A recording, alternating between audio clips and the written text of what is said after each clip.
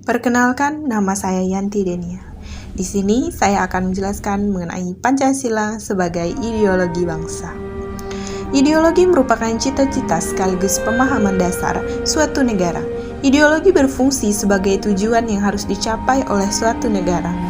Ideologi Pancasila merupakan pedoman pemikiran masyarakat bangsa Indonesia, di mana pemikiran tersebut digunakan oleh bangsa Indonesia untuk menjadi pedoman bahwa bangsa Indonesia dibangun oleh Pancasila sebagai pondasinya negara, yaitu Pancasila, di mana nilai-nilai yang terkandung di dalamnya menjadi pedoman bagi seluruh masyarakat Indonesia untuk mencapai cita-cita bangsa.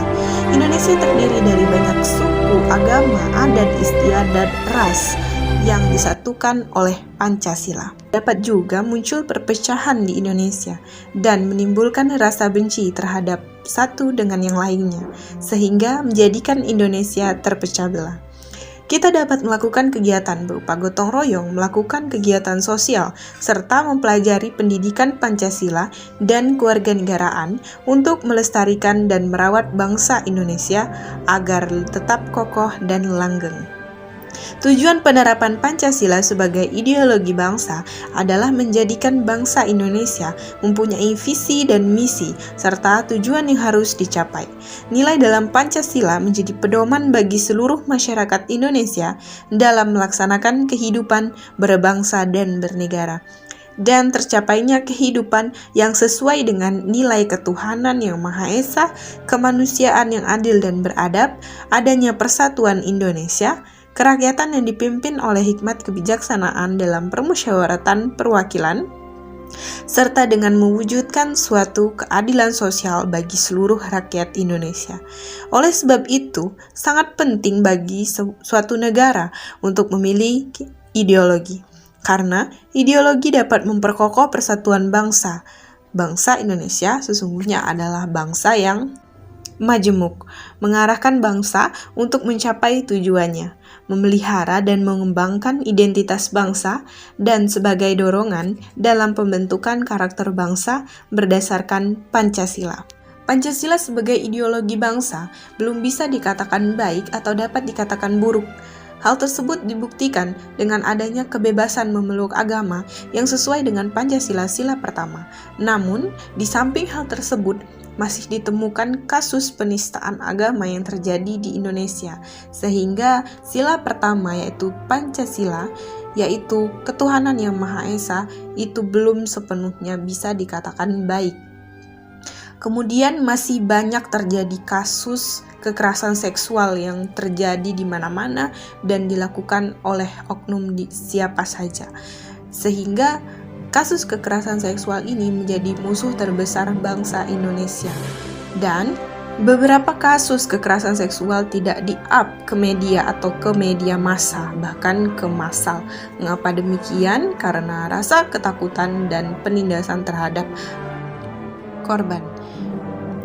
Hal ini tentunya membuktikan adanya penyelewengan atau ketidaksesuaian Pancasila sila kedua, yaitu adanya kemanusiaan yang adil dan beradab. Kemudian masih terdapat gerakan kriminal yang ingin memisahkan diri seperti OPM yang ada di Papua yang tidak mencerminkan sila ketiga. Indonesia sudah sepatutnya menjadi suatu bangsa yang bersatu sebagai satu kesatuan yang utuh.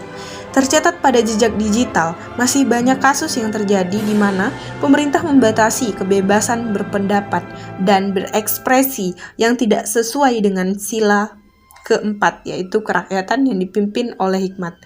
Bahkan tercantum dalam undang-undang bahwa setiap rakyat atau setiap individu mempunyai hak dan kewajiban untuk menyampaikan aspirasi atau pendapatnya di muka umum. Namun, beberapa kasus terjadi di mana pemerintah menutup rapat mulut masyarakat untuk mengapresiasikan pendapatnya di muka umum.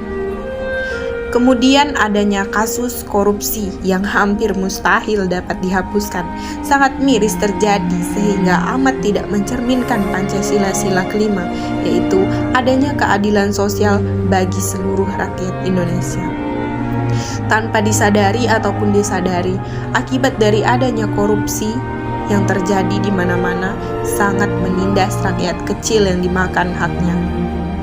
Bahkan pembangunan-pembangunan yang tidak terjadi atau tidak dilakukan, sehingga menyebabkan keterhambatan terhadap pendidikan dan fasilitas-fasilitas yang sudah seharusnya dinikmati oleh masyarakat secara meluas. Oleh sebab itu, sangat penting bagi semua orang untuk memahami nilai-nilai yang terkandung dalam Pancasila, serta menerapkannya dalam kehidupan berbangsa dan bernegara, dengan tujuan tidak lain dan tidak bukan adalah menjadi bangsa Indonesia yang bersih, utuh, kuat, dan bersatu. Terima kasih.